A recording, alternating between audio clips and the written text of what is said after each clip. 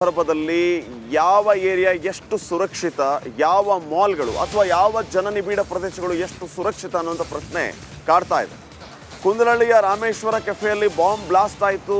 ಅದರ ನಂತರ ಅಲ್ಲೇ ಪಕ್ಕದಲ್ಲಿ ಇರುವಂತಹ ಒಂದು ಮಾಲ್ನಲ್ಲಿ ಎಷ್ಟರ ಮಟ್ಟಿಗೆ ಭದ್ರತೆಯನ್ನು ಕೈಗೊಳ್ಳಲಾಗಿದೆ, ಎಷ್ಟರ ಮಟ್ಟಿಗೆ ಈ ವಿಷಯವನ್ನು ಅವರು ಗಂಭೀರವಾಗಿ ತೆಗೆದುಕೊಂಡಿದ್ದಾರೆ ಅನ್ನೋ ರಿಯಾಲಿಟಿ ಚೆಕ್ ನಡೆಸಿದಾಗ ನಮಗೆ ಕಂಡಿದ್ದು ಅಲ್ಲಿ ಯಾವುದೇ ರೀತಿಯ ಭದ್ರತೆ ಇಲ್ಲ. ಜೊತೆಗೆ ಒಬ್ಬ ಸೆಕ್ಯೂರಿಟಿ ಬಿಟ್ಟರೆ ಅಲ್ಲಿ ಯಾವುದೇ ರೀತಿಯ ಚೆಕಿಂಗ್ ಇಲ್ಲ. ಇನ್ನು ಪೊಲೀಸ್ ಪೆಟ್ರೋಲಿಂಗ್ ಕೂಡ ಅಲ್ಲಿ ಇಲ್ಲ.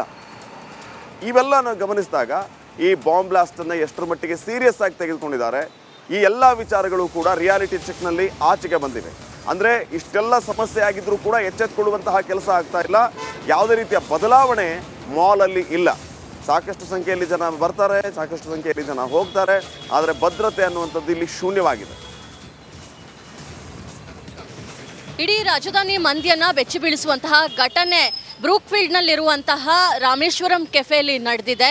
ಒಂದು ಕಡೆ ಎಷ್ಟು ಸೇಫು ಬೆಂಗಳೂರಿಗರು ಅನ್ನೋ ಪ್ರಶ್ನೆ ಕೂಡ ಹೇಳ್ತಾ ಇದೆ. ಬಿಜೆಪಿಯವರು ಮೌನ ಪ್ರತಿಭಟನೆಯನ್ನು ಮಾಡೋ ಮೂಲಕ ಯಾವ ರೀತಿಯ ರಕ್ಷಣೆಯನ್ನು ಕೊಡ್ತೀರಾ ಅಂತ ಪ್ರಶ್ನೆಯನ್ನು ಮಾಡ್ತಾ ಇದ್ದಾರೆ.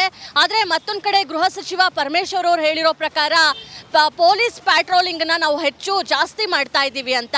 ಇದರ ಭಾಗವಾಗಿ ನಾನು ರಿಯಾಲಿಟಿ ಚೆಕ್ ಮಾಡ್ತಾ ಇದ್ದೀವಿ. ರಿಪಬ್ಲಿಕ್ ಕನ್ನಡದಿಂದ ಬ್ರೂಕ್ಫೀಲ್ಡ್ಸ್ ಸುತ್ತಮುತ್ತ ಇರುವಂತಹ ಜನನಿಬಿಡ ಪ್ಲೇಸಲ್ಲಿ ಯಾವ ರೀತಿಯಾಗಿ ಸೆಕ್ಯೂರಿಟಿಯನ್ನು ಕೈಗೊಳ್ಳಲಾಗಿದೆ ಅಂತ ಹೇಳಿ ಈ ಒಂದು ರಿಯಾಲಿಟಿ ಚೆಕ್ಕಿಗೆ ನಾವು ಬಂದಿದ್ದೀವಿ. ನಾನಿರುವಂಥದ್ದು ಕೇವಲ ರಾಮೇಶ್ವರಂ ಕೆಫೆ, ಏನು ಸ್ಫೋಟ ನಡೀತು ಆ ಸ್ಫೋಟದ ಜಾಗದಿಂದ ಕೇವಲ 900 ಮೀಟರ್ ದೂರದಲ್ಲಿರುವಂತಹ ಒಂದು ಮಾಲ್ ಇದು, ಬ್ರೂಕ್ಫೀಲ್ಡ್ ಮಾಲ್ ಅಂತಾನೆ. ಇಲ್ಲಿ ಯಾವುದೇ ರೀತಿಯಾಗಿ ಸೆಕ್ಯೂರಿಟಿಯನ್ನು ಹೆಚ್ಚು ಮಾಡಿರುವಂಥದ್ದು ಎಲ್ಲೂ ಕೂಡ ಕಾಣಿಸ್ತಾ ಇಲ್ಲ.